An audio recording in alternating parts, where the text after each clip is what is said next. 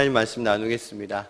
오늘 말씀은 우리 교회에 주신 표를 그리스도인의 목적과 함께 나누려고 합니다. 먼저 목적에 대해서 나누겠습니다. 목적이란 단어 뜻과 어원을 좀 알아보았습니다. 목적이란 단어는 눈, 목에다가 관역 적자로 이렇게 이루어져 있는 단어입니다. 루안다 어원에 따르면 눈, 목은 루안다어로 무가, 깨어진 단지를 뜻합니다. 단지를 얼굴이라고 했을 때 단지가 깨졌다. 그러니까 얼굴에 찢어진 부분, 눈을 뜻하는 게 무가입니다. 그리고 관역 적자는 루안다어로 제가라는 이런 단어인데 움직이고 흔들리는 것을 뜻합니다. 관역이 이렇게 움직이잖아요. 유동하는 것을 의미합니다. 결국 루안다어로 목적의 뜻은 여러 형태의 사건이나 과정 속에서 변치 않은 의도를 가리키는 것입니다. 그렇다면 시시각각 변해가는 시대 속에서 우리가 교회에 다니는 변치 않는 의도, 그리스도인이 되는 변치 않는 의도는 무엇일까요? 세상처럼 성공과 부귀 영화 때문에 그리스도인이 되고 교회를 다니는 것일까요? 과연 그리스도인의 목표는 무엇일까? 우리 함께 나누어 보려고 합니다. 여러분, 이 목적을 쉽게 대상으로 이야기하면, 그리스도인의 목표를 대상으로 이야기하면 누구일까요? 누구처럼 되는 것일까요? 예수님처럼 되는 것. 하나님의 형상을 담는 것이 그리스도인의 목적이고 목표일 것입니다. 이것을 디모데후서 3장 17절에서는 하나님의 사람이라고 이렇게 표현하고 있습니다. 네, 하나님의 사람이 되는 것, 이것이 그리스도인의 목적이자 목표입니다. 믿으십니까? 그래서 우리 함께 좀 찾아볼까요? 디모데후서 3장 16절, 17절을 찾아보도록 하겠습니다.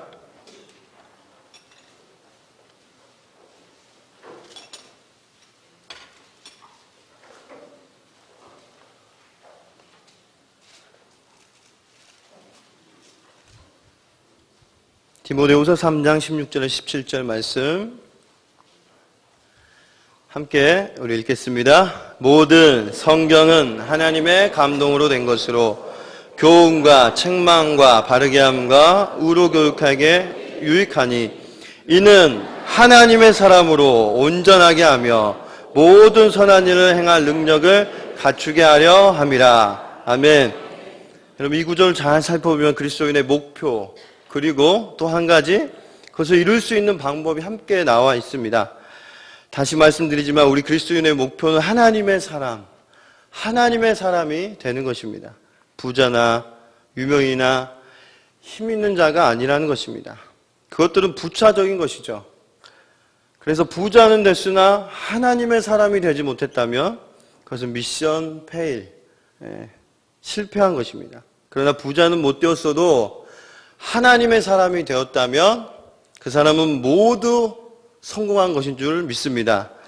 그렇다면 그것을 어떻게 이룰 수 있습니까? 16절에 말씀하고 있습니다. 모든 성경은 하나님의 감동으로 된 것으로 교훈과 책망과 바르게 함과 의로 교육하게 유익하니 이는 하나님의 사람으로 만든다. 모든 선한 일을 행할 능력을 갖추게 한다. 이것이 바로 말씀의 능력 성경이라는 것입니다. 이것을 통해 우리가 하나님의 사람, 그리스도인의 목적을 이룰 수 있다라는 것입니다. 이것을 마태복음 5장 상상수훈으로 이야기해 보겠습니다. 마태복음 5장은 상상수훈입니다. 예수님이 산에 올라가셔서 사람들에게 말씀을 선포하셨습니다. 천국 시민은 이러이러한 모습으로 살아야 된다. 이것을 디모데후서 3장 조금 전에 그 이야기로 하면 하나님의 사람은 이러이러해야 한다라는 말씀으로 이야기할 수 있을 것입니다. 여기서는 하나님의 자녀라고 마태복음 5장에서는 말씀하고 있는데 그 구체적인 모습은 어떤 모습일까요? 눈은 눈으로 이는 이로 갚으라 하였으나 너희가 하나님의 자녀이면 하나님의 사람이면 악한 자가 오른뺨을 치면 왼뺨도 돌려대고 너를 고발하여 속옷을 주라 하면 겉옷까지 주며 누가 억지로 오리를 가자고 하면 몇녀 십리를 동행하라. 또 구하는 자에게 주고 꾸고자 하는 자에게 거절하지 말라. 그리고 마지막으로 원수를 사랑하며 너희를 박해하는 자를 위해 기도하라. 자, 이렇게 사는 것이 천국 시민의 모습이요 하나님의 사람의 모습입니다. 그래서 45절에 보니까 이같이 한즉 결론입니다. 하늘에 계신 너희 아버지의 아들이 되리니, 이같이 한즉 하늘에 계신 너희 아버지의 아들이 되리니, 아버지의 아들 곧 하나님의 사람이 된다는 것입니다. 왜요? 48절에 보니까 그러므로 하늘에 계신 너희 아버지의 온전하신 것 같이 너희도 온전해야 하기 때문에, NIV 성경으로 이야기하면 be perfect, 완전해라. therefore, 왜? 아버지가 perfect, 완벽하시니까, 내 아버지가 온전하시니까 그 자녀도 온전하게 사는 것이 마땅하다는 것입니다. 이것을 이제 오늘 두 번째 본문인 로마서 12장 2절로 이야기하면 너희는 이 세대를 본받지 말고 오직 마음을 새롭게 함으로 변화를 받아 하나님의 선하시고 기뻐하시고 온전하신 뜻이 무엇인지 분별하도록 하라. 이 말씀입니다. 여러분, 어른들의 동화라고 하는 연어, 안도현 선생님 쓰시는 연어 읽어보셨습니까? 이제 연어들이 산란을 하기 위해서 다시 산으로 돌아갑니다. 가다가 큰 계곡을, 폭포를 만나죠. 그래서 사람들이 다, 사람들이 아니죠. 연어들이죠. 연어들이 다 못하겠다. 그래서 뭐 박사님이 뭐 폭포를 뭐 몇 미터입니다. 막 연구를 하고 막 이렇게 해요. 그래서 다 안 되겠다. 이렇게 포기할 때 은빛 연어가 이렇게 얘기합니다. 연어에게는 연어의 길이 있다. 이 한마디로 상황 역전이죠. 다 뛰어넘습니다. 그러면서 다친 그 피 흘리고 그 삶이 결국에는 그 유전자를 통해서 전달된다. 이렇게 이야기를 합니다. 여러분, 연어들에게 연어들만의 길이 있다면 우리 그리스도인들에게는 그리스도인의 길이 있지 않겠습니까? 마태복음 7장 13절 14절에 좁은 문, 좁은 길입니다. 여러분, 공자도 이 하나님의 세계 속에서, 하나님이 만들어 놓은 세계 속에서 이 법칙을, 예수님의 법칙을 찾은 것 같습니다. 논어 2인편에 보면 자활, 사지어도, 이치하기, 악식자, 미족, 여의야 이런 말이 있습니다. 공자가 말합니다. 도의 뜻을 둔 선비가 해진 우복과 거친 음식을 부끄러워한다면 그로 더불어 도를 우러날 것이 없다. 이렇게 이야기를 했어요. 도의 뜻을 둔 선비가 해진 우복과 거친 음식을 부끄러워한다면 그와 더불어 도를 우러날 필요가 없다. 이렇게 이야기를 했어요. 공자도 그것을 찾은 거죠. 예수님의 하나님의 법칙을 조금 안 거죠. 여러분, 이것을 한 걸음 더 나아가 우리 웨스터민스터 소요리 문답 1문에 나온 그리스도인의 목적과 연결시켜 보겠습니다. 앞에서 우리는 그리스도인의 목표를 하나님의 사람이 되는 것이라 이렇게 정의했습니다. 이것을 쉬운 말로 표현하면 하나님과 우리랑 무슨 빵? 겨울에 붕어빵. 똑 닮았다. 부전자전. 이러면 우리는 인생 성공입니다. 미션 석세스 하는 것입니다. 이것을 소요리 제1문답으로 이야기하면 이렇습니다. 사람의 제일 목적은 무엇이죠? 하나님을 영화롭게 하며 그분을 영원히 즐거워하는 것입니다. 영화, 제 이름이 영화인데요. 몸이 귀하게 되어 이름이 세상에 드러나고 빛남. 저는 길 영자를 했습니다. 빛날 영자가 아니라. 여러분, 우리가 돈을 많이 벌면 하나님이 영화롭게 되는 것일까요?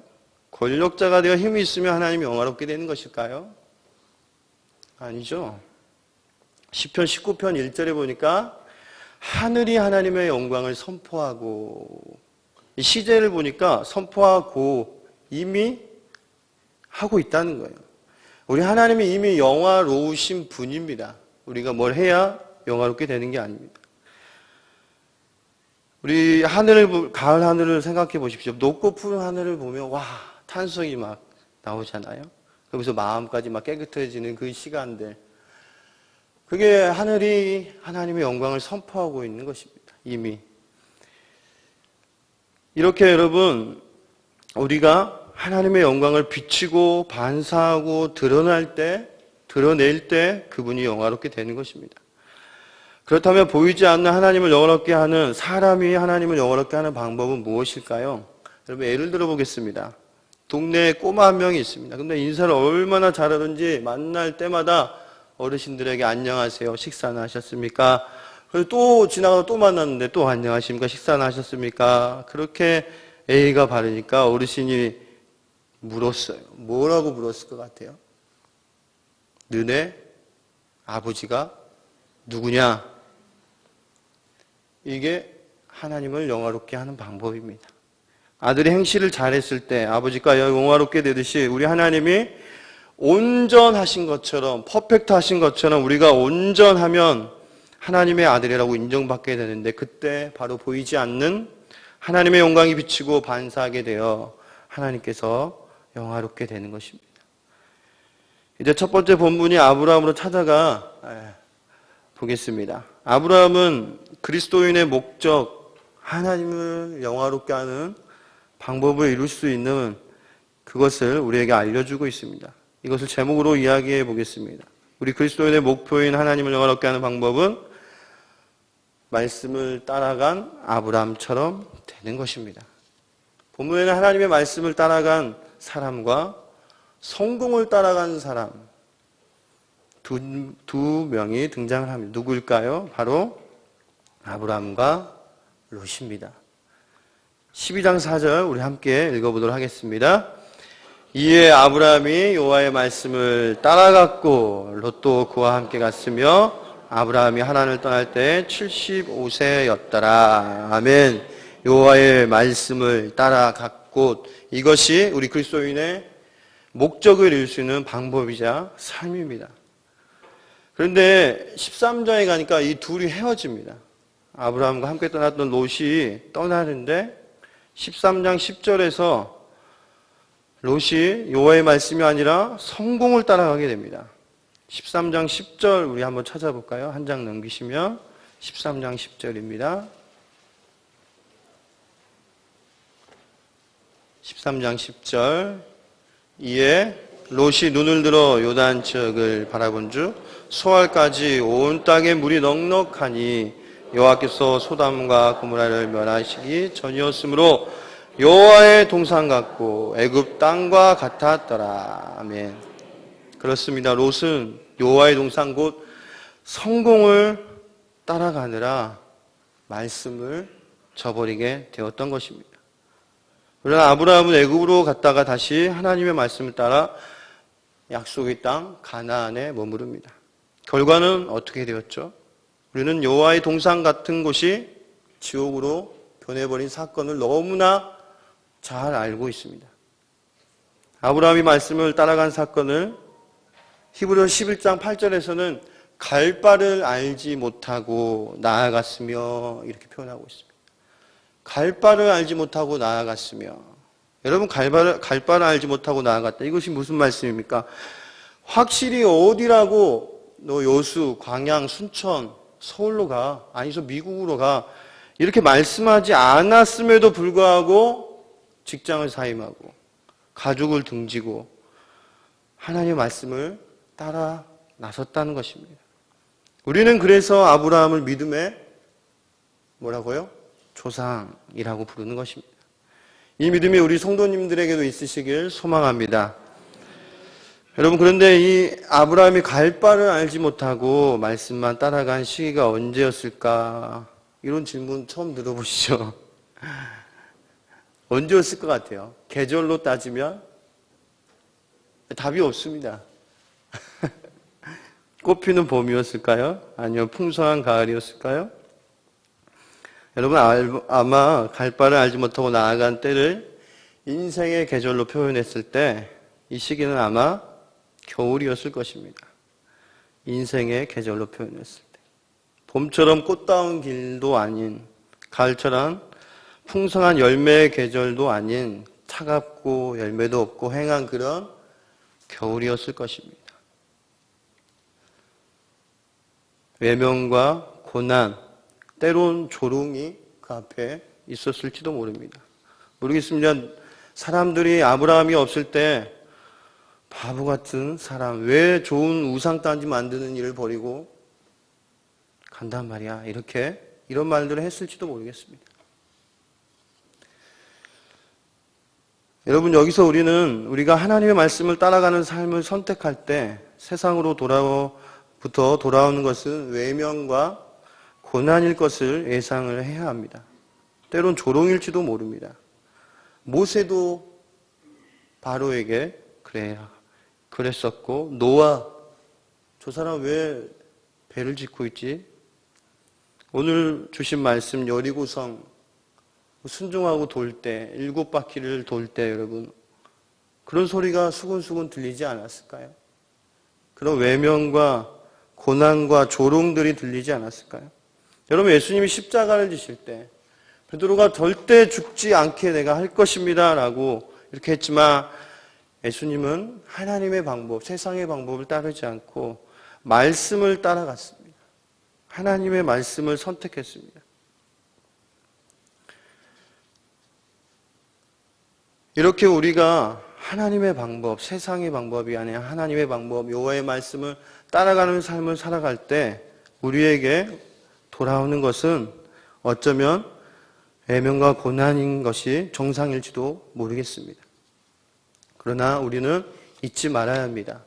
올해도 우리가 경험하였지만, 지냈지만 새해는 겨울에 시작되는 것입니다. 우리는 이것을 잊지 말아야 합니다. 새해는 어김없이 올해도 겨울에 시작되었습니다.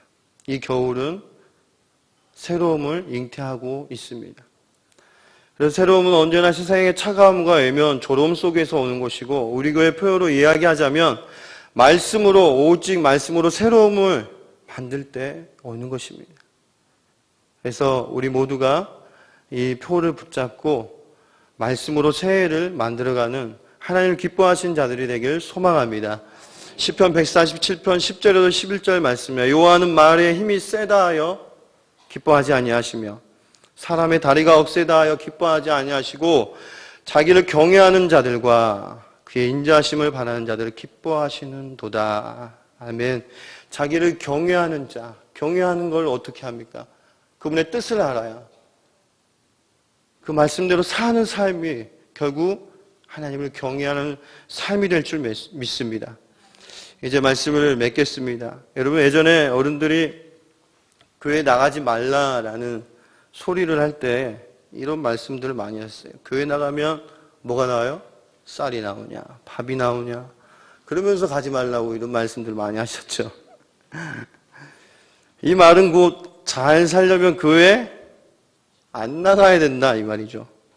주일에 일도 못하게 되는데, 주일에 교회 다니면 일도 못하게 되는데 11조도 해야 되는데 세상적인 성공 어떻게 이루겠냐 이런 말일 것입니다.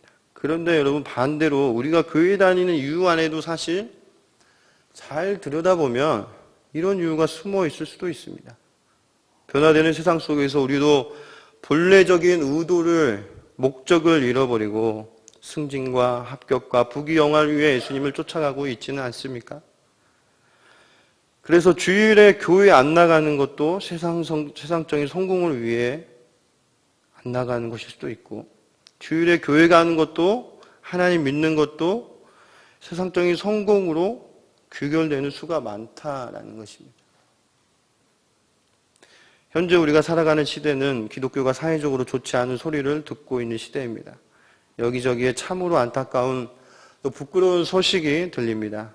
우리 기독교는 왜 이러한 위기에 처하게 되었을까요? 저는 그 이유를 목적에서 찾고자 합니다. 교회 다니는 목적, 예수님 믿는 목적이 세상과 같아져 버렸기 때문에 교회가 매력을 잃어버리고 힘을 잃어버리고 결국에는 세상에서 좋지 않는 소리를 듣는 것이 아닌가 생각됩니다. 그러나 이 좋지 않은 소리가 정말 우리 기독교가 잘못하고 있어서 듣는 소리라서 더욱 안타까울 뿐입니다. 강동주 선교사님이 이런 시를 쓰셨는데 시를 읽고 마치도록 하겠습니다. 조롱받는 교회를 꿈꾸며. 제목이 너무 아이러니하죠. 조롱받는 교회를 꿈꾸며. 강동주. 초대교회 성도들은 세상과 다르게 사는 것 때문에 조롱을 받았지만 오늘날의 성도들은 세상과 똑같이 사는 것 때문에 조롱을 받고 있습니다. 다른 것이 있다면 그때는 세상으로부터 조롱을 받았지만 존경도 더불어 받았다면 지금은 교회를 향한 존경은 사라지고 조롱만 남아있는 것처럼 보인다는 것입니다. 부러움을 받고 싶어 선택한 삶 때문에 존경을 잃어버리고 조롱받기 싫어 선택한 삶 때문에 조롱만 받고 있지 않나 싶어 자꾸 눈물이 납니다. 좁은 길을 가는 것 때문에 존경받는 교회, 좁은 길을 가는 것 때문에 조롱도 받는 교회, 그 교회를 다시 꿈꾸어 봅니다. 기도하겠습니다. 말씀으로 세상을 창조하신 창조의 하나님, 말씀으로 새로움을 우리에게 선물해 주심을 감사합니다. 예수님이 그 차가운 겨울에 오셨듯이 외면과 고난과 아픔과 고통 속에서 우리에게 찾아오셨듯이 우리도 그 겨울을 기쁨으로 차가운 반과 외면과 조롱을 이겨내어 하나님의 사람이라고 일컬어지어 하나님을 영화롭게 하는 삶을 살아갈 수 있도록 인도하여 주시옵소서. 올해 우리 교회에 주신 교회 표 말씀, 그 말씀대로 이루어지는 축복이 있길 소망합니다. 하나님께서 우리를 통하여 나타내 주시옵소서. 감사하며 예수 그리스도의 이름으로 기도하옵나이다. 아멘.